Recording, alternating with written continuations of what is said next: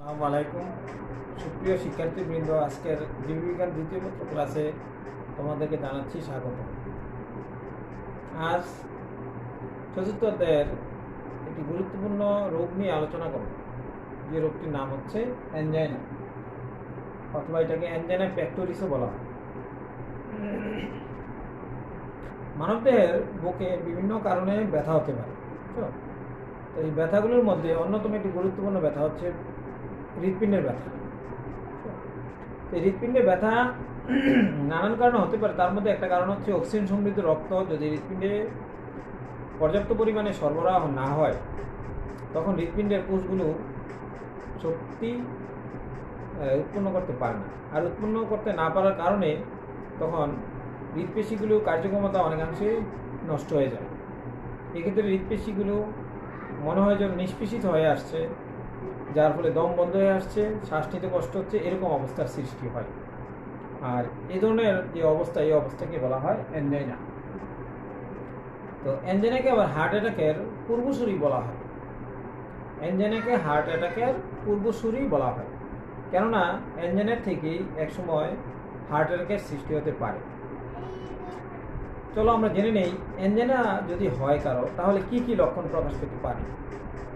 Angina হলে সাধারণত বুকের বাম দিকে, অর্থাৎ আমাদের বুকের বাম দিকে যেখানে হৃৎপিণ্ড অবস্থিত, সেই দিকেই ব্যথা অনুভব হবে। এছাড়া আরও অনেকগুলি লক্ষণ প্রকাশিত হবে।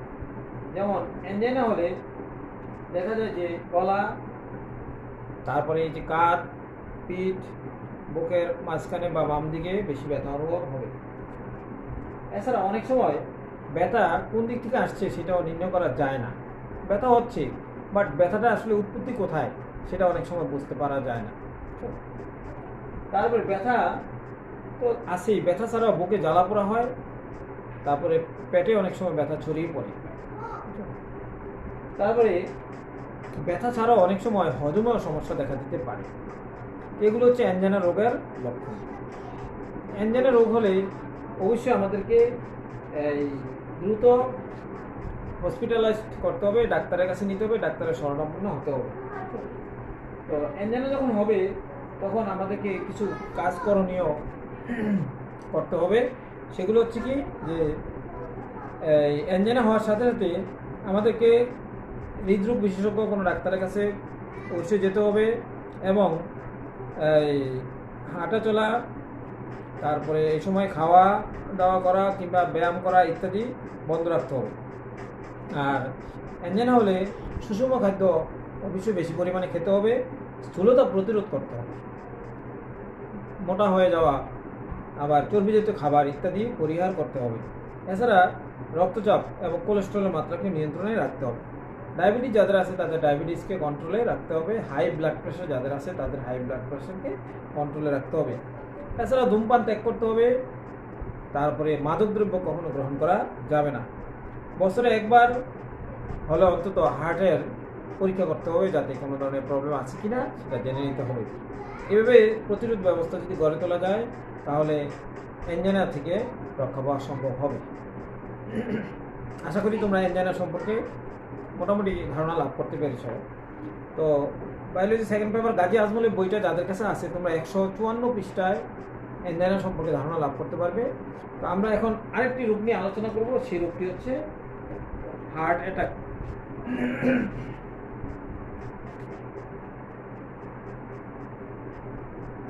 হার্ট অ্যাটাক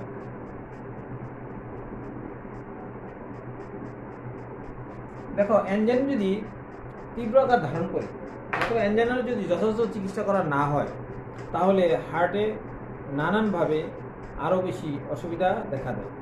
আর সেই অসুবিধা থেকে একসময় হার্ট তার কার্যক্ষমতা অনেক সময় হারিয়ে ফেলে। তো ক্রমাগত হার্টে যখন অক্সিজেন সরবরাহ একেবারেই কমে যায়, তখন হার্টের পেশিগুলোর মধ্যে শক্তি উৎপন্ন হয় না। এছাড়া হার্টের যে করোনারি ধমনীগুলি আছে, ধমনীগুলিতে যদি চর্বি অনেক বেশি পরিমাণে বেড়ে যায়, তাহলে ওই করোনারি ধমনীর অন্তর্গাত্রে তোমার এই চর্বিগুলো জমা হয়ে এক ধরনের প্লাক সৃষ্টি করে। এক ধরনের প্লাক সৃষ্টি করে। আমরা প্লাক বলতে বুঝি, এটা হচ্ছে যদি ধমনী হয়, এটা হচ্ছে লুমেন। এই লুমেনের মধ্যে এই যে এই অংশটা এইখানে কোলেস্টেরল বা চর্বি জাতীয় পদার্থ জমা হয়, চর্বি জমা হয়। এই চর্বিগুলো যদি এখানে জমা হয়ে এক সময় স্থায়ীভাবে লেগে যায় এবং শক্ত হয়ে যায়, তখন এই ধরনের অবস্থাটাকে বলা হয় প্লাক। আর এই প্লাক জমার কারণে, করোনারি ধমনীর মধ্যে প্লাক জমার কারণে এই লুমেন সংকীর্ণ হয়ে যায়। লুমেন সংকীর্ণ হয়ে গেলে লুমেন দিয়ে রক্ত চলাচল স্বাভাবিকের তুলনায় অনেক কমে যায়। আর এই অবস্থায় হৃৎপিণ্ডের যে পেশিগুলো আছে, পেশিগুলো পর্যাপ্ত অক্সিজেন পায় না। পর্যাপ্ত অক্সিজেন না পাওয়ার কারণে তখন হৃৎপেশিগুলো তার কার্যক্ষমতা অনেকাংশেই হারিয়ে ফেলে। আর এই অবস্থাটাকে বলা হয় করোনারি অ্যাথেরোমা বলা হয়। করোনারি অ্যাথেরোমা বলা হয়।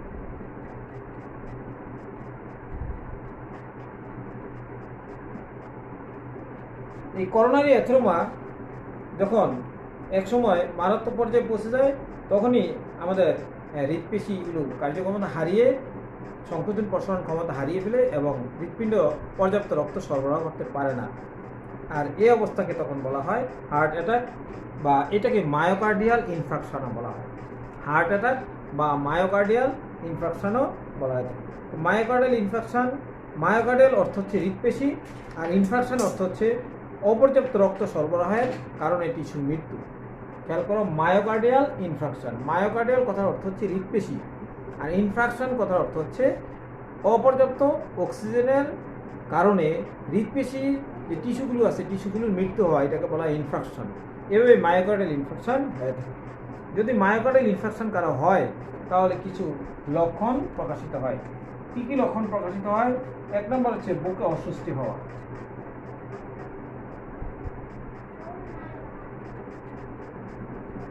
বুকে অস্বস্তি হওয়া, সবসময় বুকে একটা অস্বস্তি ভাব থাকবে। হ্যাঁ, সবসময় মনে হবে বুকে যেন কি যেন একটা চাপা পড়ে আছে, এরকম মনে হবে, বুঝছো? তারপর হচ্ছে ঊর্ধ্বাঙ্গের, বুকের উপরের দিকে যে অংশগুলো আছে, ঘাড়, মাথা, পিঠ বা হাতের যে বাহু ইত্যাদি, কাঁধ ইত্যাদি অংশে সবসময় একটা অস্বস্তি ভাব পরিলক্ষিত হবে। এছাড়া ঘন ঘন নিঃশ্বাস প্রশ্বাস নেওয়া, শ্বাসের প্রশ্বাসের গতি অনেক বেড়ে যাবে, শ্বাস প্রশ্বাস বেড়ে যাওয়া, এটাও হার্ট অ্যাটাকের লক্ষণ।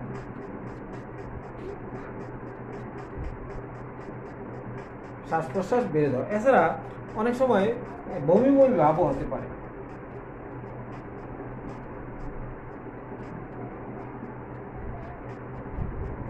রোগীর অনেক সময় দেখা যায় এক্ষেত্রে বমি বমি ভাব হতে পারে। এছাড়া ঘুম ঠিকমতো হবে না। হ্যাঁ, রাতের বেলা হোক বা দিনের বেলা হোক, ঠিকমতো ঘুম হবে না। এটা হচ্ছে হার্ট অ্যাটাকের অন্যতম একটি লক্ষণ। এবার আমরা জানবো শিক্ষার্থীবৃন্দ, যে হার্ট অ্যাটাক যদি কারো হয়েই থাকে, তাহলে কিভাবে প্রতিরোধ ব্যবস্থা গড়ে তোলা যায় এবং কিভাবে প্রতিকার করা যায়, সেটা আমাদের জানতে হবে, বুঝছো? তো আমরা জানবো হার্ট অ্যাটাক থেকে বাঁচার উপায় বা প্রতিরোধ কী ব্যবস্থা। প্রতিকার হচ্ছে রোগ যখন হয়ে যাবে তখন সেক্ষেত্রে কী করণীয়, সেক্ষেত্রে অবশ্যই ডাক্তারের পরামর্শ নিতে হবে এবং ডাক্তারের প্রেসক্রিপশন মোতাবেক ওষুধ সেবন করতে হবে এবং ডাক্তারের নির্দেশনা মোতাবেক তাকে জীবনযাপন করতে হবে। সেটা হচ্ছে প্রতিকার। আর প্রতিরোধ ব্যবস্থা মানে হচ্ছে যে রোগ যাতে না হয়, হার্ট অ্যাটাক যাতে না হয়, সেদিকে আগেই সতর্ক হয়ে যাওয়া এবং সতর্কতামূলক অনেক ব্যবস্থা গ্রহণ করার নামে হচ্ছে প্রতিরোধ। তো জেনে নিই আমরা কীভাবে প্রতিরোধ ব্যবস্থা গড়ে তোলে হার্ট অ্যাটাক থেকে বাঁচা যায়। প্রতিরোধের মধ্যে প্রথমে যেটা আমাদের করতে হবে, সেটা হচ্ছে সবসময়ই টাটকা ফল এবং শাকসবজি খাওয়া। টাটকা ফল ও টাটকা শাকসবজি খাওয়া, এটা হচ্ছে এক নাম্বার অন্যতম গুরুত্বপূর্ণ একটি প্রতিরোধ। এরপর হচ্ছে অবশ্যই চর্বি খাদ্য, চর্বি জাতীয় খাদ্য অবশ্যই পরিহার করতে হবে, কেননা চর্বি জাতীয় খাদ্য থেকে কোলেস্ট্রল হয়, কোলেস্ট্রল থেকেই তখন করোনারি ধমনী ঘাতে প্লাক জমে হার্ট অ্যাটাক হয়ে থাকে। এছাড়া বডি মাস ইন্ডেক্স, যেটাকে বলা হয় BMI, body mass index, BMI ঠিক রাখতে হবে। বিএমআই ঠিক রাখতে হবে, বুঝছো? বিএমআই ঠিক রাখতে হবে। এগুলো হচ্ছে মূলত গুরুত্বপূর্ণ প্রতিরোধ ব্যবস্থা। এছাড়া আরও অনেক প্রতিরোধ ব্যবস্থা আছে, যেমন উচ্চ রক্তচাপ যাদের আছে তাদের উচ্চ রক্তচাপ নিয়ন্ত্রণ রাখতে হবে, ডায়াবেটিস যাদের আছে তাদের ডায়াবেটিসকে কন্ট্রোলে রাখতে হবে। এছাড়া ধূমপান এবং মাদকদ্রব্য ইত্যাদি সেবন করা যাবে না। এছাড়া কোলেস্ট্রল যাদের আছে বেশি সেই কোলেস্টেরলের মাত্রাকে নিয়ন্ত্রণে রাখতে হবে। বছরে অন্তত একবার হলো দেহকে চেক আপ করতে হবে, হৃৎপিণ্ডের অবস্থা সম্পর্কে জানতে হবে এবং সারা বছর অবশ্যই হালকা পাতলা ব্যায়াম করতে হবে, হাঁটাহাঁটি করতে হবে ইত্যাদি প্রতিরোধ ব্যবস্থা গ্রহণ করলে এই হার্ট অ্যাটাকের মতো মারাত্মক রোগ থেকে আমরা রেহাই পেতে পারবো। আশা করি আজকের আলোচনা থেকে অ্যাঞ্জাইনা রোগ হার্টের একটি গুরুত্বপূর্ণ এবং একটি অন্যতম প্রধান একটি রোগ এবং হার্ট অ্যাটাক হচ্ছে অ্যাঞ্জাইনার পরবর্তী আরেকটি গুরুত্বপূর্ণ রোগ, যেগুলো মানুষের জীবনকে অনেকভাবেই অনাকাঙ্ক্ষিত দুর্ঘটনায় পতিত করে। তো সেই রোগগুলো থেকে বাঁচার উপায় সম্পর্কে আমরা অনেক ধারণা আজকে লাভ করতে পেরেছি। তো তোমরা বাসায় এগুলো একটু পড়ে নিবা। আশা করি আজকের ক্লাস থেকে তোমরা উপকৃত হতে পারবে। তো আজকে এই পর্যন্ত, আগামী ক্লাসে আবার কথা হবে, দেখা হবে অন্য একটি আলোচনা নিয়ে। ভালো থাকো সবাই, খোদা হাফেজ।